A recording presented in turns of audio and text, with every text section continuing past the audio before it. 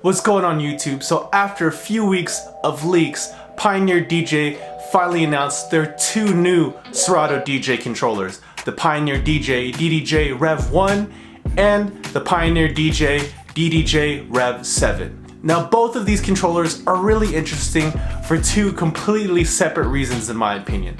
Now let's start with the REV1. The REV1 replaces Pioneer DJ's entry-level Serato DJ controller, the DDJ-SB3. Now, the REV1 has a much more battle style, industry standard style layout as far as a battle style mixer and two decks go, and I'm really happy to see that at the entry-level price point.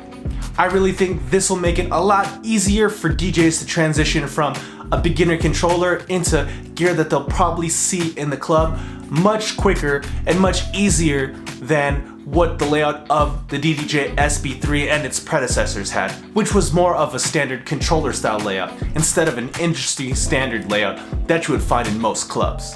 Now taking a look at the unit, let's start with the deck section. Here we have an even bigger platter than we saw on the previous entry-level Pioneer DJ Serato controllers. This platter resembles the CDJ platter a lot more than the previous SB models had on them. Also, another huge and important change in my opinion, especially for the entry-level market, is the fact that we get a much larger pitch control, which on the entry-level SB models used to be very small and made it a lot harder than it needed to be to get those precise beat matches in. Now moving on to the mixer section of this unit is where things get a lot more interesting, where now we have that standard S9, S7, S11 pad layout in the middle of the mixer instead of having those performance pads on each deck. To match the S7 and S9, we also have the pad modes above the performance pads, which will also make it a nice and easier transition to one of the more high-end mixers in the Pioneer DJ lineup. And to activate the effects on this unit, we have the paddle controls, which have been found on the S-series mixers, the S9, S7, and S11, and are pretty much standard in Pioneer's two-channel layout. Now unfortunately, the REV1 does not have onboard hardware effects, so you'll be using the Serato DJ effects, but to be honest, those ones can get you by, and there's a wide range of effects, so if you're looking for something like echoes, reverbs, flangers, it's all included in the software. Now this being an entry-level controller, it only has RCA outputs, so you're probably not going to be using this to play big clubs and get the best sound out of it, but for an entry-level controller, I think RCA's works just fine. Now the most exciting part of the Pioneer DJ DDJ-REV1 to me is the price point. This controller comes in well under $300 at $269. Now imagine that, getting a controller that has an industry standard layout for under $300 is pretty mind-blowing compared to what Pioneer DJ had in the past as far as entry-level controller offerings.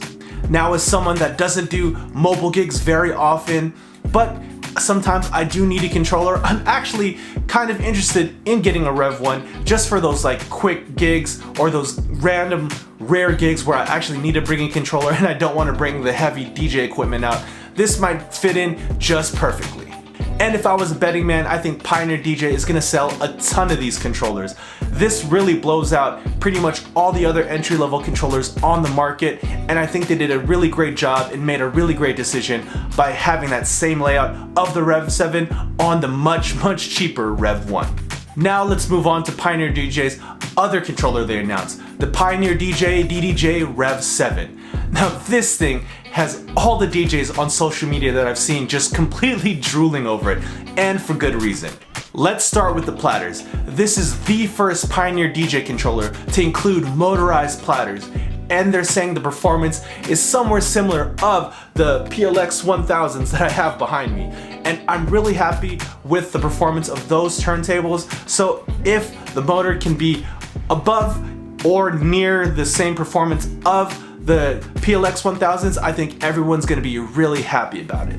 Now, one main difference between the REV7 and its competitor, the REV1, is the fact that there's not a spindle in the middle of the platter, much like the REV1 and much like turntables. Instead, you have a full display in the middle of the platter under glass, so you don't have to worry about catching your hand on something like that when, you know, performing cuts or like grabbing the platter really quickly.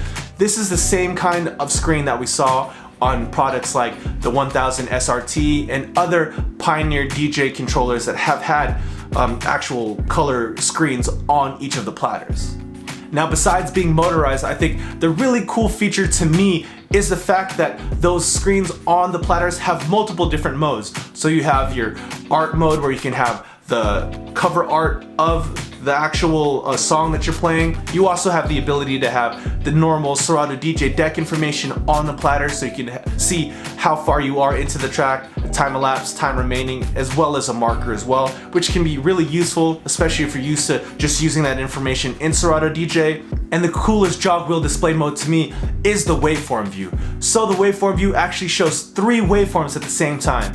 You have the main big waveform in the middle that shows the current track playing on the deck, and to the left and right side of that, you'll see the deck that's playing as well as the opposite deck, so you'll be able to beat match with the waveforms visually on each of the decks, which makes it super handy. And it's also a nice way to compromise not being able to have the room for the screen that the S11 has, but still have a lot of that information on the screens on the REV7. Now, right above the motorized platter, we have a secondary set of performance pads with 4 different modes. So if you say you have the cue points on the main pads in the mixer section, you can have, you know, your SP8 sampler on there, as well as other modes, to just be able to control multiple things in Serato on the same deck at one time, which is really handy. Then above that, we have a full-size pitch fader on each of the decks, but strangely, and something that I think some DJs will have to get used to, is the fact that the pitch fader is actually on the wrong side of the top of the deck.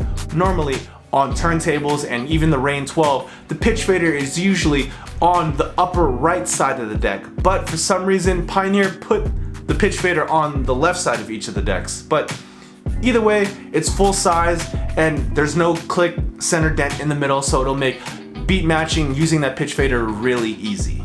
Now, moving on to the mixer section of this mixer, we basically get an S7 stuck dead in the middle of this controller, meaning you have 16 really nice performance pads with the pad mode controls above it. You get 3 effects selector buttons on each side of the mixer, much like the S7, as well as the Magvel Pro crossfader that we've known to love from the S7 and S11, with tension control, as well as reverse and crossfader adjustments. Now, moving along to the back of the controller, the REV7 seems to have pretty much all the connections you would need as a professional DJ. You have XLR main outputs, 1/4 inch booth outputs, you have RCA inputs on each of the channels, meaning if you wanted, you could plug in CDJs or turntables into this mixer and actually use those to control Serato DJ instead of using the decks, or even play other media like vinyl or play off of a flash drive or anything like that. Now, I know a concern for a lot of DJs out there is with those motorized platters, how much is this thing gonna weigh? I know that was the first thing on my mind when I heard that Pioneer DJ was putting out a motorized platter controller, especially after the Rain 1's release, and seeing how heavy that thing actually was, and seeing many DJs finally, after picking it up, kind of deciding against it just because of the weight, and didn't make it as portable as you really thought it would be when you first saw the unit. Now, I'm here to tell you guys, the REV7 actually comes in 9 whole pounds lighter than the Rain 1, which puts the REV7 right around 24 pounds, or about the same weight as the Technics 1200. So if you're alright with carrying around the weight of about 1 turntable in a flight case, because I'm sure you're gonna want a case for this controller if you're taking it around, and you can handle that weight pretty well, I think you're gonna be A-okay. But if you're looking for something a little bit lighter than a turntable, the REV7 might not be the actual controller for you. So with all that information out of the way, I'm sure a lot of you are wondering, so when is this thing actually gonna release? Well, it looks like both of these controllers are slated for release at the end of February 2022. Now, with everything that's going on in the world, like chip shortages and supply chain issues, we might see a few units come out at that date, but if I was to guess, I would say the majority of the orders put in for these controllers probably aren't gonna get their controllers shipped until maybe sometime in the early summer or mid-summer. Now, I know that's not some news that a lot of you are gonna hear, so if you're really interested in getting one of these controllers, I highly suggest putting your pre-order in as soon as possible. Now for myself, I'm really interested in getting some hands-on time with each of these controllers to see how useful each of them really are in different settings, and once I get that chance, I will definitely report back to you guys. But that's it for the news on Pioneer DJ's latest two controllers, the DDJ-REV1 and the DDJ-REV7. So a question for you guys, are you interested in these controllers? And if so, which one and why? Go ahead and leave that down in the comments below. I'd love to hear what you guys have to say. And with that said, if you're interested in more tips and tricks videos about DJing and music production, please go ahead and subscribe down below, and I'll see you guys in the next one.